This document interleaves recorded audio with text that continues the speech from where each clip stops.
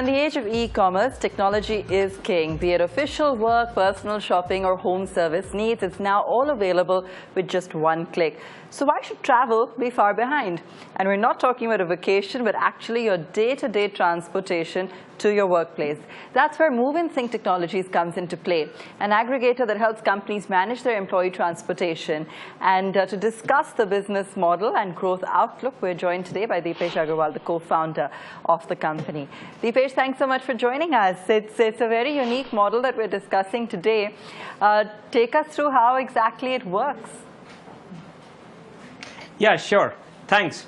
So as per the census of our country, the recent census, around 20 million out of the 103 million population which goes to some kind of a workplace daily, around 20 million of them commute to offices. They're mostly people in your industry, IT, BPO, manufacturing, pharmaceutical, telecom, etc. And only a very probably like a 10% of them would be able to afford a private taxi like a Uber, Ola, or Meru. The rest of the people actually travel through shared car and buses, which carries the people. But because of the lack of technology, a lot of these technology parks or STPIs use shared transportation very inefficiently. What Move and Sync does is, Move and Sync is a shared technology platform which enables companies to bring their employees to the office and send them back home at a very in a very efficient way, and also addresses women's safety and security. That's what Move and Sync does. So give us a case study or an example of the patient, because I was looking at the way some of the recent work that you've actually done for some of the clients. Interestingly, so you've actually managed to increase the number of employees who are actually using the service or traveling, the number of clients using your service has actually increased, and at the same time the fleet size has come down. How do you manage that? Yeah, sure. So to give you an example, let's take Google, which is one of our first clients. Just say, for example, Google has a population of around 1,000 people working from its Hyderabad office, and pre-Move and Sync era, let's say the company, I don't remember the exact numbers, but just take, for example, a company based in Hyderabad with 1,000 employees spends around 6 lakhs per month on a transportation of these 1,000 employees. And let's say uses around 250 cabs to provide the transportation. What Move and Sync would do is, Move and Sync will give a mobile app to all the employees through which the employees will be able to schedule themselves. Let's say Deepesh says, I want to come at 6 o'clock.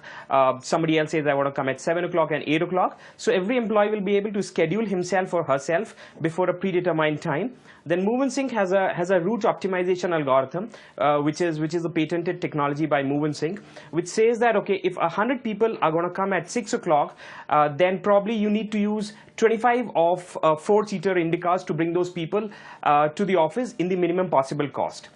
So what will happen is, when Move and Sync will do the planning for the entire day for these 1,000 people, rather than using a 250 cab fleet, which you are using now, you would probably end up by using a 200 cab fleet in the optimal manner. So what will happen is, A, you will save down on the spend of these 50 fleet. However, the remaining 200 drivers which remain in the business actually are going to earn slightly more than what they were earning earlier. So earlier, if they were earning on an average 50,000, now they would earn 55,000. So what you've got in the system is actually an optimal system, because of which the overall cost to the enterprise has come down, which makes the enterprise happy. But whichever drivers remain in the system, they are able to earn more for themselves. So that's an example of one of the clients who uses the system.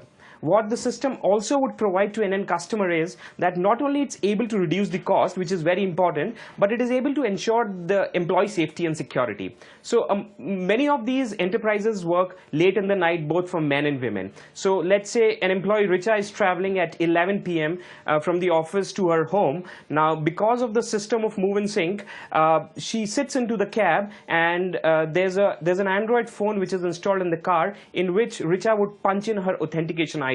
So it would recognize that, okay, Richa has boarded the car. The system would track if Richa reaches her home in a predetermined time and with a predetermined route. And if it does not, an alarm is raised. So not only is the company able to reduce cost, but it is able to address employee safety and security, which goes a long way. Right. Deepesh, talking about safety and security, you know, we've seen aggregators like an Uber or an Ola face some tough challenges on that front.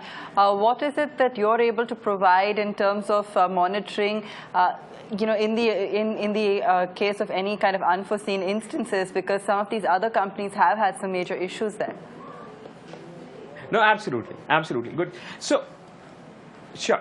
So I think I would put an analogy of like a police. You put a police in a system or in a city. The fact that there is a police monitoring all of us reduces the number of crime vis-a-vis in a city in which there is no police. So what Move in Sync through the technology platform is enabling that. Obviously, technology cannot take ownership of somebody's moral behavior. That's really beyond the scope of technology. But what it can do, and it does, is it ensures that all the 250 drivers who are registered with the company or with the enterprises have got their background checks done, have proper driving licenses, have a record which is a fair driving record, no accidents or very minimal accidents, no real cases against them. So that the technology makes sure that it's not on just pure faith in which you've employed these people. There is some kind of basic stuff which you've done, which the system is in place. And any violations against the system, let's say just as a simple that the driver committed a very rash case of driving in an enterprise X, and now presently he can leave that job and take up a job at any other enterprise Y. And because those X and Y are disconnected, you will really not be able to know what happened then, right? So what Move in Sync system does is all these drivers and their driving credentials are on a unified platform, which enables that. Just like yours and mine credit history, if we default on a bank, the other bank does not give us a loan. So if he kind of messes up in an enterprise at one place, his driving history is carried to the other enterprise. Right. So let's talk about your growth plans. What's lined up here in terms of funding? Because you've already got some of the big venture capitalists, some of the big private equity names already backing you in that sense over the last couple of years. Can you give us a sense as to what kind of growth expectations do you actually have from the company, and any fundraising plans? Sure. So we did raise our Series A fund last year from Inventors Capital, Sama Capital, and Qualcomm Ventures, who've shown confidence in the company. The company has grown around 3x since we've invested. Since we've got the investment, we presently have around 1 lakh employees daily using our service. But frankly, and I was telling you the statistics, that there are 20 million people to cover, and we've just covered the tip of the iceberg. So we really want to make sure that we develop the right technology, not just for the enterprises, but also for the cab suppliers and the drivers, for which we really are looking for investment. And I think owing to the growth which we are seeing and the areas of development which we have to do, we would be raising the next round of funds very soon. And I think there's a fair interest from the community on this entire model of shared transportation. I'm sure there is, Deepesh, but I want to understand from you, because simply for the fact that we've also been seeing, while this industry has been growing by leaps and bounds, and you have a specific niche within it, which of course helps you to stand out. The fact is that, for instance, an Ola or an Uber are also grappling with drivers that seem to be jumping from one to the other. Again, is that a challenge that you are likely to face? How do you ensure that you have a dedicated fleet or a dedicated army of drivers in order to be a solid base on which you can grow? See, I would say that finally economics rules, right? My belief is that if you're able to put 3 people in a cab and take 5 rupees from each of them for a travel to the office, and hence make 15 rupees in a kilometer, probably as against a Uber and an Ola, which in a non-subsidized model would be like a 12 rupees you're charging a customer. Probably with 15 rupees, you'll be a little better off to pay the driver, because now there are 3 passengers sitting in the cab. So I think that's my ultimate belief, that if through technology you're able to increase utilization, it's going to be a win-win. The customer would pay less and the driver would earn more. Ola and Uber surely have very, very deep pockets. I would really not be able to comment much more than that, but that's my belief that the utilization story would really make it better for the drivers.